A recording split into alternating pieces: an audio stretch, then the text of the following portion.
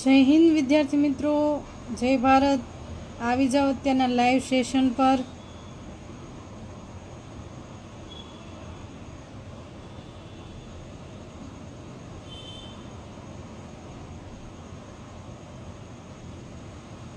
ફટાફટ બધા જ તૈયારી કરતા વિદ્યાર્થીઓ અત્યારે લાઈવ આવી જાય.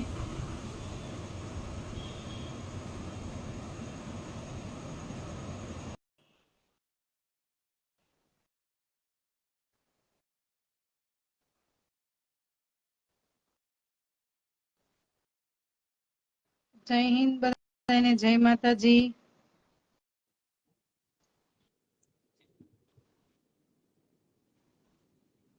હેલો. હેલો ભાઈ. જય હિન્દ. બોલો બેન, બોલો. કેમ છો? બોલો, કેમ છે બેન? મજામાં? મજામાં ભાઈ.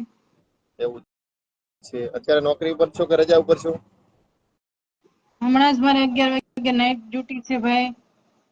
અચ્છા, એવું છે. નાઇટમાં છો એમ ને? જી ભાઈ. અચ્છા અચ્છા, ઓકે ઓકે ઓકે. બીજી મજામાં? ભાઈ મજામાં. હા મજામાં ભાઈ. જય માતાજી બધાને. પીએસઆઈ માં શું પૂછાશે? ભાઈ પીએસઆઈ માં શું પૂછાશે એ કઈ નક્કી ન હોય. એના સિલેબસ મુજબ જે પણ એમાં લખેલું છે એમાંથી કઈ પણ પૂછી શકે છે સનીભાઈ. હેલો બધાને, જય માતાજી. ફટાફટ બધા લાઈવ આવી જાઓ, કેમ કે મારે નાઇટ ડ્યુટી છે. જય ના હિન્દ ભાઈ, બધા હું મિત્રોને. નથી, હું આસિસ્ટન્ટ સબ ઇન્સ્પેક્ટર છું. જય હિન્દ બધાને.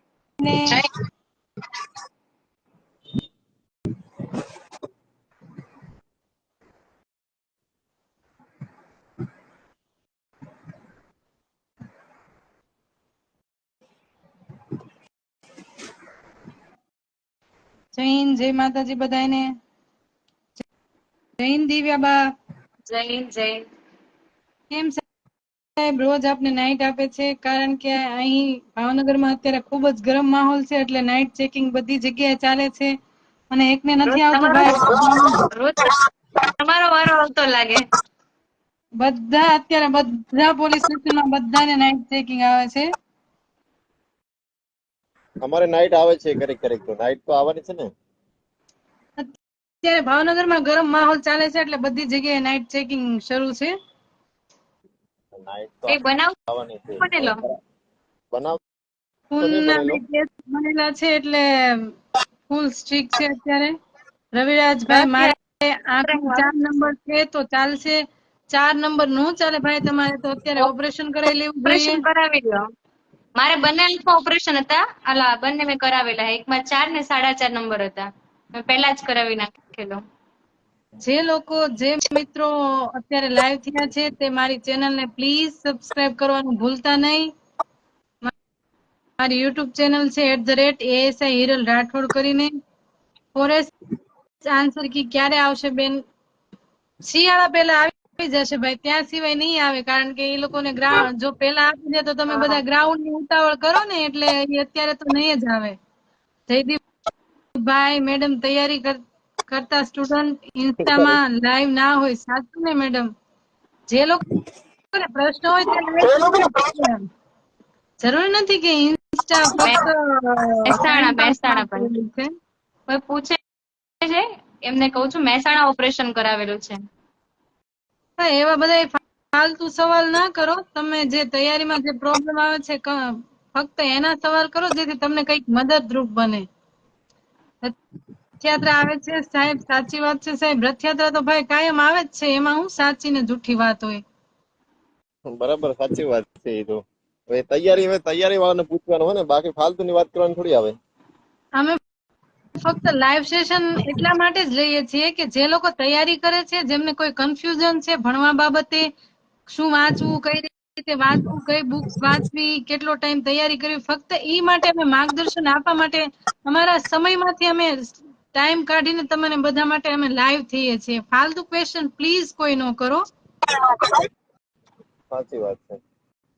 એ ભાઈને અંદર આવું છે ફોર્મ આપણે પોલીસ ભરતી એટલે પૂછે નંબર હે 4 નંબર એટલે પૂછે હા, ઓપરેશન કદાચ. એમને ઓપરેશન કરાવવું પડે. કઈ જગ્યાએ કરાવેલું છે આંખનું ઓપરેશન? મહેસાણા બેને કરાયેલું છે, કીધું તો ખરા.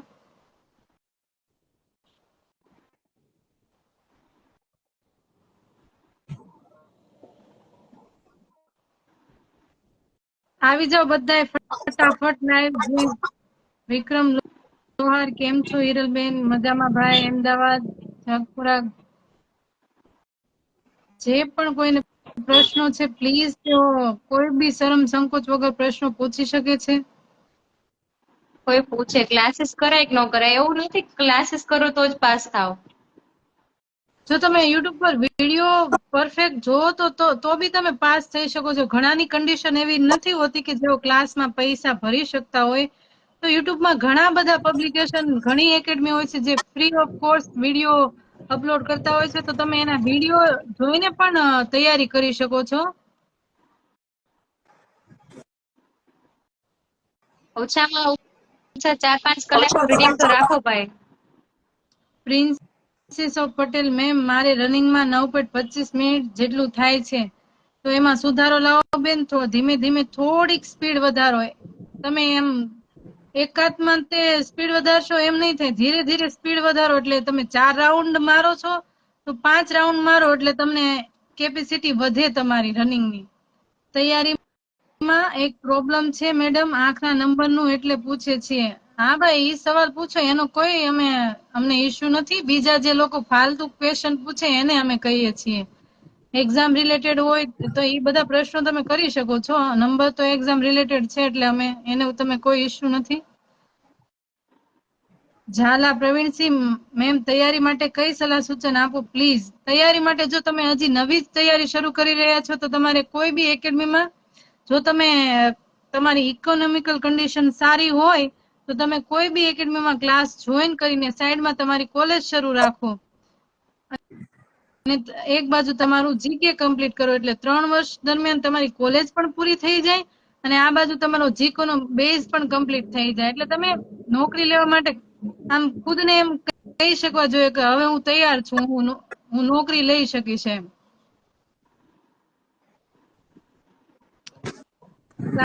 ક્લાસીસ કરાય કે ન કરાય, કન્ડિશનલ ઇકોનોમિકલ કન્ડિશન સારી હોય તો એકવાર ક્લાસીસ કરવા જોઈએ. રાજભાઈ, એનસીઆરટી બુકમાં કઈ વાંચવી બુક બેન? એનસીઆરટી માં ભાઈ અત્યારે એવું છે કે હરેક એકેડમી વાળા એનસીઆરટી ની બુક બહાર પાડે છે. એટલે જે લોકો પણ એનસીઆરટી બુકમાં, કન્ટેન્ટ તો બધું સેમ જ હોવાનું, કોઈની લખવાની રીત ખાલી અલગ હશે. કન્સેન્ટ તો બધું એનો જે હશે એ બધું એનસીઆરટી ની બુકમાંથી લીધેલું હશે એટલે એક જ હશે, પણ લખવાની શૈલી અલગ હશે. એટલે તમે કોઈ બી પબ્લિકેશન નું એનસીઆરટી ની બુક લેશો તો પણ ચાલશે. રમેશભાઈ, ક્યાં નોકરી કરો છો ભાઈ? એવા બધા સવાલ રહેવા દો. કેટલું વાંચવું, કઈ રીતે ડીસામાં વાંચવું કેજો. હેલો, ઝાલા આ કોઈ રણજીતભાઈ, પ્રવીણસિંહ, આ કોઈ હા બોલો. બોલો બોલો, રણજીતભાઈ શું ડીસામાં કે છે? જો બોલો. શું કે છે શિક્ષણનો ભાઈ? હેલો, મતલબ, જો શિક્ષણનો મતલબ કે નોકરી જ હોત ને તો મેં એના માટે એમની ચેનલ ખોલી નોકર બનાવવા માટે. તો ભાઈ તમે કેમ લાઈવ થાવ છો? તમને રસ જ તો નથી ભાઈ તમે તો લાઈવ ન નોકરીમાં? થાઓ. અમે કોઈને ફોર્સ નથી. નો ઇન્ટરેસ્ટ હોય એ લાઈવ ના થાય. તો પછી તમે જેને ધંધો ખોલીને બેસી જાઓ.